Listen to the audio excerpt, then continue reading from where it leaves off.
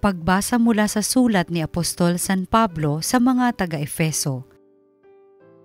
Mga kapatid, hindi na kayo dayuhan o taga-ibang bansa, kundi kababayan ng mga hinirang ng Diyos at kabilang sa kanyang sambahayan. Kayo'y itinayo rin sa saligan ng mga apostol at mga propeta na ang batong panulukan ay si Kristo Jesus. At sa pamamagitan niya, nagkakaugnay-ugnay ang bawat bahagi ng gusali at nagiging isang templong banal. Dahil din sa inyong pakikipag-isa sa Kanya, kayo may kasama nilang naging bahagi ng tahanan ng Diyos sa pamamagitan ng Espiritu. Ang salita ng Diyos.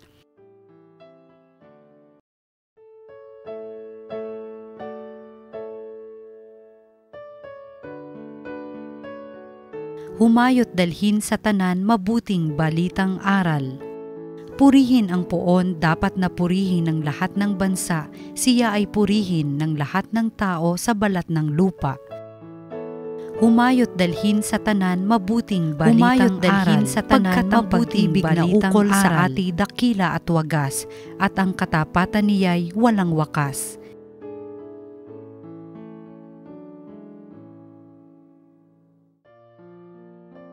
Ang mabuting balita ng Panginoon ayon kay San Juan.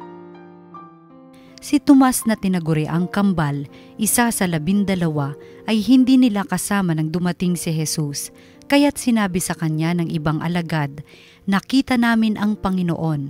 Sumagot si Tomas, "Hindi ako maniniwala hanggat di ko nakikita ang butas ng mga pako sa kanyang mga kamay at naisusuot dito ang aking daliri, at hanggang hindi ko na ipapasok ang aking kamay sa kanyang tagiliran." Makalipas ang 8 araw, muling nagkatipon sa loob ng bahay ang mga alagad. Kasama nila si Tomas. Nakapinid ang mga pinto, ngunit pumasok si Jesus at tumayo sa gitna nila. Sinabi niya, "Sumainyo ang kapayapaan."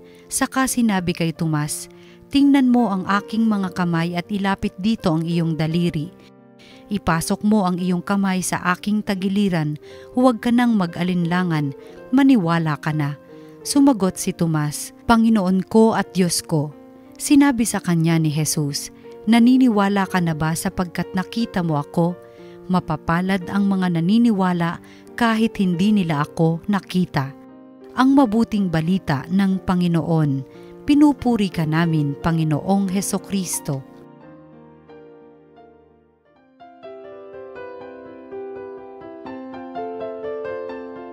Isang mapagpalang araw po sa inyong lahat. Paano ba natin tinatrato ang isang tao na hindi natin kilala?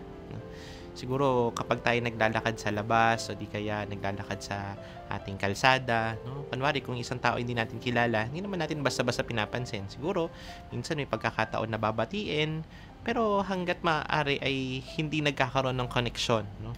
Kumbaga sa isang estranghero, hindi natin ito basta papansinin, hindi tayo basta nakikipag-ugnay. Maaaring babatiin, maaaring tutunguhan, maaaring kakawayan, pero walang ganong kalalim na ugnayan, no? Kahit papano meron pa ring nakaharang, kahit papano meron pa ring hindi ganong kalalim na ugnayan sa ating kapwa, no? Dahil nga, sinasabi natin, hindi natin kilala.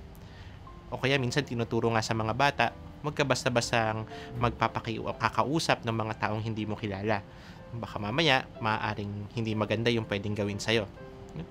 Pero kung babalikan natin yung ating unang pagbasa, maganda yung paalaala sa atin nung ating unang pagbasa. Hindi na tayo basta estranghero sa isa't isa.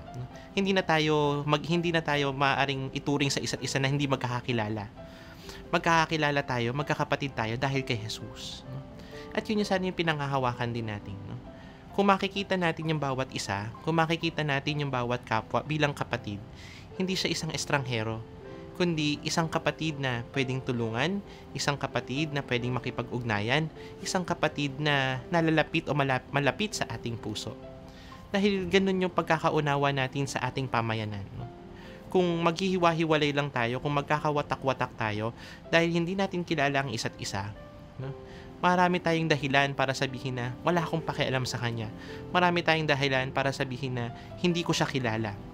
Pero kung naunawaan natin yung pinapaalaala sa atin na tayo'y magkakapatid kay Kristo, ibig sabihin, may pakialam tayo. Pero alam din ho natin na hindi ganun kadali makipag-ugnayan. No? Hindi ganun kadali na ibukas yung ating sarili. Hindi ganun kadali na sabihin na magkaroon tayong ng ugnayan sa isang tao na hindi natin ganun kakilala. Kaya minsan doon din pumapasok ang pagdududa. No? Ano kaya yung pwedeng gawin sa akin ito? Ano kaya yung maidudulot sa akin ito? May gagawin ba siyang masama sa akin? Maganda kaya yung magiging kalakaran namin? Magiging maganda kaya yung ugnayan namin? Maraming dahilan, maraming pagdududa, maraming kaisipan yung pwedeng tumakbo sa ating isip. No? Dahil bilang tao, limitado rin yung ating nakikita. Pero sa sandali na pumasok yung pagdududa na iyon, sana mas tumingin tayo ng mas malalim. Mas tingnan natin yung nakikita ng ating mga mata. Mas tumingin tayo dun sa pwedeng pumasok dun sa kalooban ng ating kapwa. Ngayong kapistahan ni Apostol Santo Tomas, no? Mas kinikilala natin siya bilang isang taong mapagduda, no? Dahil pinagdudahan niya yung muling pagkabuhay. Pero ang paalala din sa kanya, no?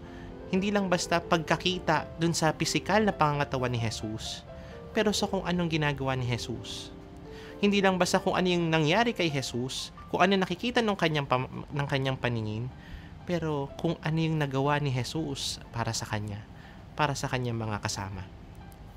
Sa araw na ito, no, hilingin din natin yung tulong ng mga panalangin ni Santo Tomas. No?